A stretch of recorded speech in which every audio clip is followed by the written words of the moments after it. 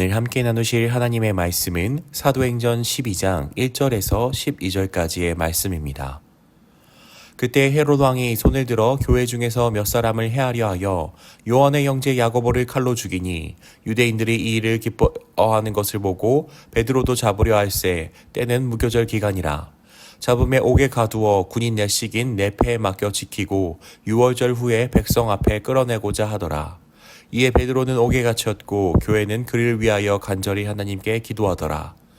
헤롯이 잡아내려고 하는 그 전날 밤에 베드로가 두 군인 틈에서 두 쇠사슬에 매여 누워 자는데 파수꾼들이 문 밖에서 옥을 지키더니 호련히 주의 사자가 나타나매 옥중에 광채가 빛나며 또 베드로의 옆구리를 쳐 깨워 이르되 급히 일어나라 하니 쇠사슬이 그 손에서 벗어지더라. 천사가 이르되 띠를 띠고 신을 신으라 하거늘 베드로가 그대로 하니 천사가 또 이르되 겉옷을 입고 따라오라 한대 베드로가 나와서 따라갈새 천사가 하는 것이 생시인 줄 알지 못하고 환상을 보는가 아니라. 이에 첫째와 둘째 파수를 지나 시내로 통한 세문에 이르니 문이 저절로 열리는지라. 나와서 한 거리를 지나매 천사가 곧 떠나더라. 이에 베드로가 정신이 들어 이르되 내가 이제야 참으로 주께서 그의 천사를 보내어 나를 헤롯의 손과 유대 백성의 모든 기대에서 벗어나게 하신 줄을 알겠노라 하여 깨닫고 마가라는 요한의 어머니 마리아의 집에 가니 여러 사람이 거기에 모여 기도하고 있더라. 아멘. 큰 흉년으로 말미암아 예루살렘과 유대 교회들이 어려움을 겪자 안디옥 교회는 힘이 닿는 대로 구제금을 모아 바나바와 사울을 통해 보내려 합니다.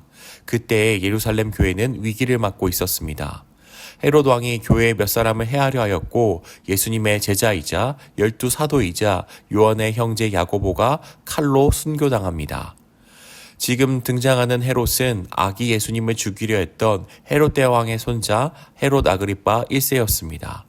그는 글라우디오 황제를 비롯하여 로마 황제들로부터 많은 땅을 하사받아 할아버지 헤롯 대왕만큼이나 많은 영토를 다스렸습니다. 야고보가 순교하자 유대인들이 기뻐합니다. 이에 헤롯 왕은 유대인들이 기뻐하는 그 모습을 보고 베드로 역시 잡아 죽이려 합니다. 베드로를 옥에 잡아 두었는데 그것은 그때가 무교절 기간이라 베드로를 죽이지 못하고 절기가 끝나자마자 백성들 앞으로 끌어내어 죽이려 했던 것입니다. 베드로는 삼엄한 경비 속에서 죽음을 기다리고 있습니다.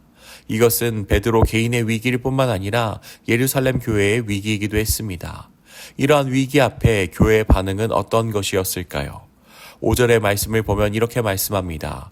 이에 베드로는 옥에 갇혔고 교회는 그를 위하여 간절히 하나님께 기도하더라.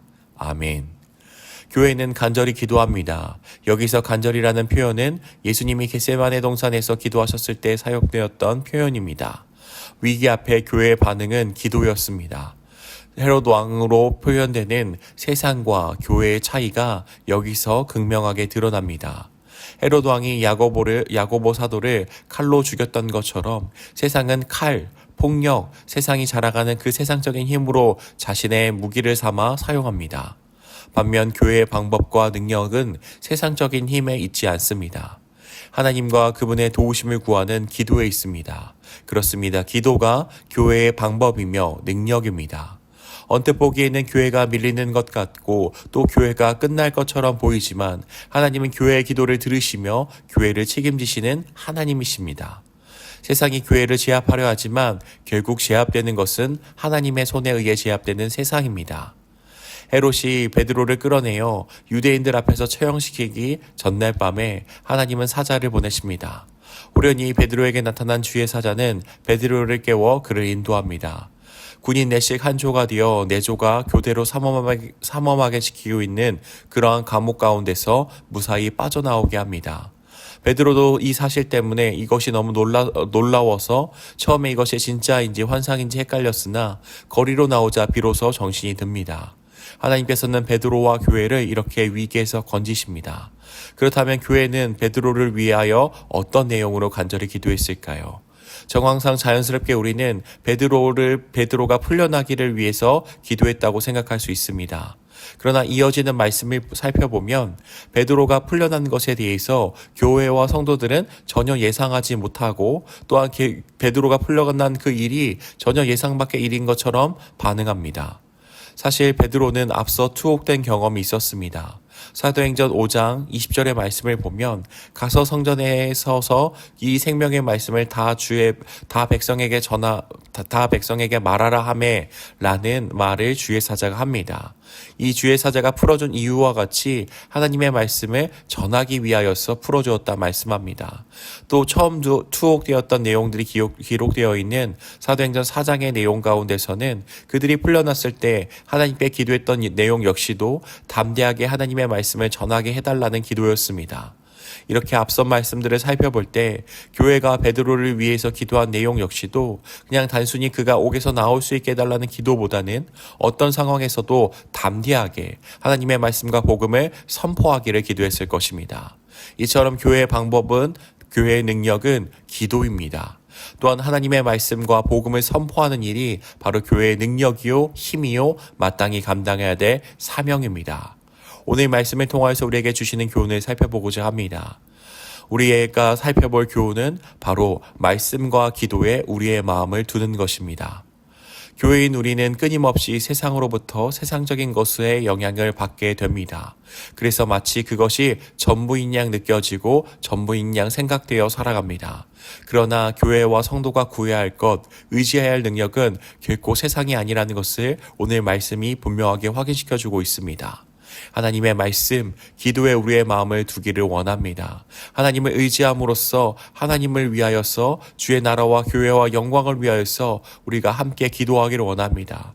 또한 우리가 해야 될 그러한 귀한 능력 가운데 하나인, 또한 우리에게 주신 그러한 사명 가운데 하나인 하나님의 말씀과 복음을 전하는 그 일을 우리가 게을리하지 않기를 원합니다. 기도하며 담대히 하나님의 말씀과 복음으로 살아가는, 그 말씀과 복음을 선포하는 우리가 되어지기를 주의 이름으로 축복합니다. 기도하겠습니다. 좋으신 하나님 아버지 감사합니다. 하나님 오늘의 말씀을 통하여서 교회의 능력이 기도와 말씀에 있음을 다시 한번 확인하게 하심을 감사합니다. 주님 우리의 마음을 말씀과 기도 가운데 두기를 원합니다. 이 말씀과 기도를 의지하기를 원합니다. 하나님 이 말씀과 기도를 통하여서 우리를 사용하신 줄을 믿사오니 우리가 교회로서 성도로서 하나님의 말씀에 사로잡히게 하시며 그 말씀을 살아내며 전하게 하시고 또한 기도의 능력을 통하여서 아버지의 뜻을 구하며 나아갈 수 있도록 도와주시옵소서. 그렇게 행하실 주님을 기대합니다. 감사합니다. 예수 그리스도의 이름 받들며 기도 올리옵나이다. 아멘.